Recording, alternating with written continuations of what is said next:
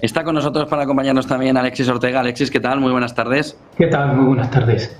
Bueno, sorprendido por algo de Powell, sobre todo esa percepción más a medio y largo plazo, porque el mercado lo ha recibido a la baja, sobre todo por cómo está, tampoco exagerado, y sí que vemos, sobre todo el 2 años americano, volar hacia el 5-10. Yeah. Quizás yo creo que esperábamos demasiado de un discurso en el que realmente tampoco podía hacer mucho. La verdad es que tal cual lo empezó yo creo que lo define.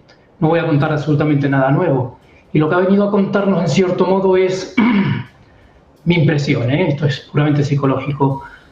No quiero subir los tipos de interés, pero la verdad es que si quiero que esta no subida de tipo de interés tenga efectos reales sobre la economía y parezca una subida de tipo de interés, tengo que estar constantemente amenazando con que voy a subir los tipos de interés. Y por eso, de alguna manera, ¿y por qué lo hace? Pues porque la inflación tiene que irse al 2% y mi objetivo es absolutamente al 2%.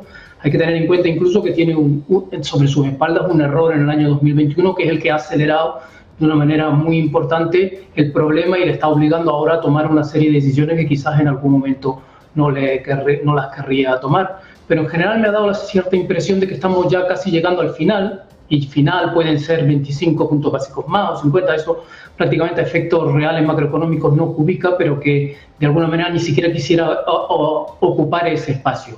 Hay un decalaje muy importante entre la subida de tipo de interés y el efecto, y obviamente lo mismo ocurre cuando los recortas, y si de alguna manera ya con estos niveles en 6 meses vamos a tener ya problemas económicos y yo en esos 6 meses sigo subiendo los tipos de interés, voy a tener que bajarlos mucho más rápido.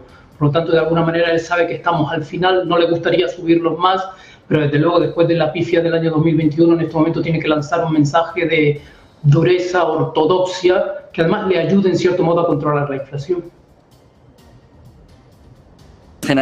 En este escenario, Alexis, ¿qué nos puede dejar o cómo se puede ver en medio y largo plazo, sobre todo de cara a la reunión de septiembre y a próximas reuniones? Y cómo puede afectar también en una renta variable que busca, con la corrección de agosto, un rally potente de cara a fin de año. Vale. Hombre, yo creo que la próxima reunión van a intentar no tocar los tipos de interés, aunque va a haber exactamente datos en medio que de alguna manera puedan decantarse por una opción u otra, pero yo creo que las subidas, en caso de haberlas, va a tener que ser ya en la siguiente, en la de noviembre aproximadamente. Lo que pasa es que yo en todo este discurso de la Reserva Federal he hecho en falta palabras muy importantes para el control del déficit público. Hay un absoluto despilfarro en el gobierno americano y en el gobierno europeo, obviamente también, y en cierto modo es en buena parte responsable de dos cosas.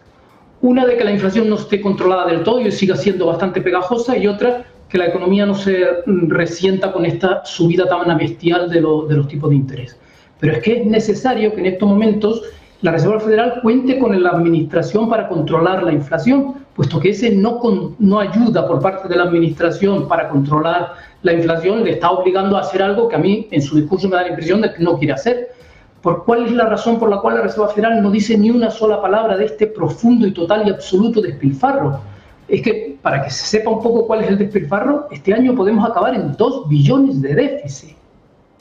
Es que antes de la pandemia lo normal era no sobrepasar el billón, pero prácticamente después de la pandemia ya se ha convertido en algo muy normal pasar del billón a los 2 billones, pero casi sin solución de continuidad, con unos ingresos que no están aumentando al ritmo al cual lo están haciendo los gastos, que están prácticamente alrededor de los 6 billones de dólares, con unos gastos financieros que ahora mismo están alrededor del billón.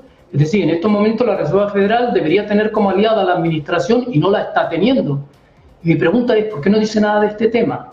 Yo, que soy muy viejo ya, recuerdo que prácticamente en todos los discursos de los banqueros centrales siempre había un capítulo para el control del gasto público. Pero llevamos unos años en donde prácticamente los bancos centrales no dicen ni mu de este tema. No sé si se sienten culpables un poco de esta situación por su actuación de negligencia en la emisión de dinero y en la compra de deuda pública, o cuál es la razón realmente detrás de todo esto. Pero es lo que yo he hecho en falta en este discurso, que luego el resto, pues mira, de alguna manera se ha quedado prácticamente en decir lo mismo del año pasado. Y cuidado, porque el año pasado dijo que iba a doler y que iba a ser muy duro. Pero en cuanto de pronto tuvimos problemas en el sector financiero, se soltó dinero. Ya veremos qué hacemos. Ni una sola palabra ni de slow landing, no landing, landing, hard landing, mini landing, mega landing. Aquí, ¿qué pasa con la recesión, Alexis?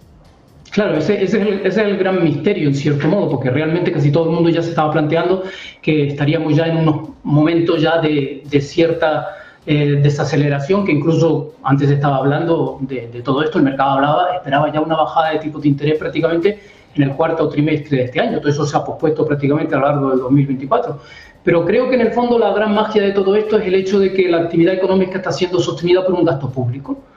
Un gasto público que de alguna manera no se quiere controlar y de alguna manera está generando, por el otro lado, una especie de inflación pegajosa. Es un problema que ahora mismo podemos estar en la cresta de la ola y no preocuparnos, pero si de buenas a primeras todo esto salta por los aires, es decir, hay que llevar a cabo un proceso de control del gasto público, pues a lo mejor empezamos a tener la recesión más rápido y más sorprendente en un determinado momento.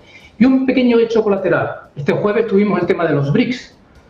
Los BRICS no están saliendo del dólar básicamente por un problema político, que lo hay, obviamente, ¿me entiendes? Sino obviamente por una gestión financiera del dólar que obviamente está muy ligada, obviamente, a un gasto público absolutamente desaforado.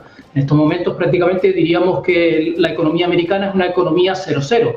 Aquellas que decían el servicio secreto británico, los agentes 00, 007 era el número 7 de ellos, tenían licencia para matar. Pues la economía americana es una economía 00.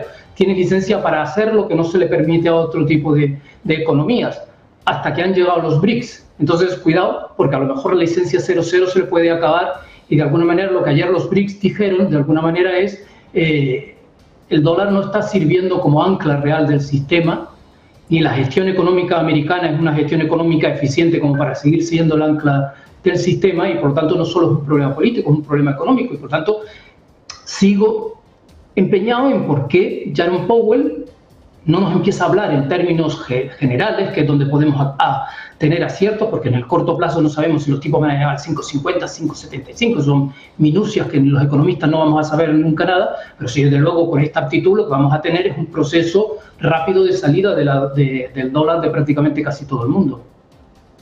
Vamos a ver si al final también esa reunión de los BRICS son ese punto, ¿no?, de encaje ya definitivo para, de verdad, afrontar una desdolarización por una parte del mundo, que sería larga y que haría un daño relativo. Vemos el dólar en 104. Alexis Ortega, director general técnico de Finagentes Gestión, gracias por atendernos en este agosto, en esta jornada de Jackson Hole. Buena tarde y buen negocio, Alexis.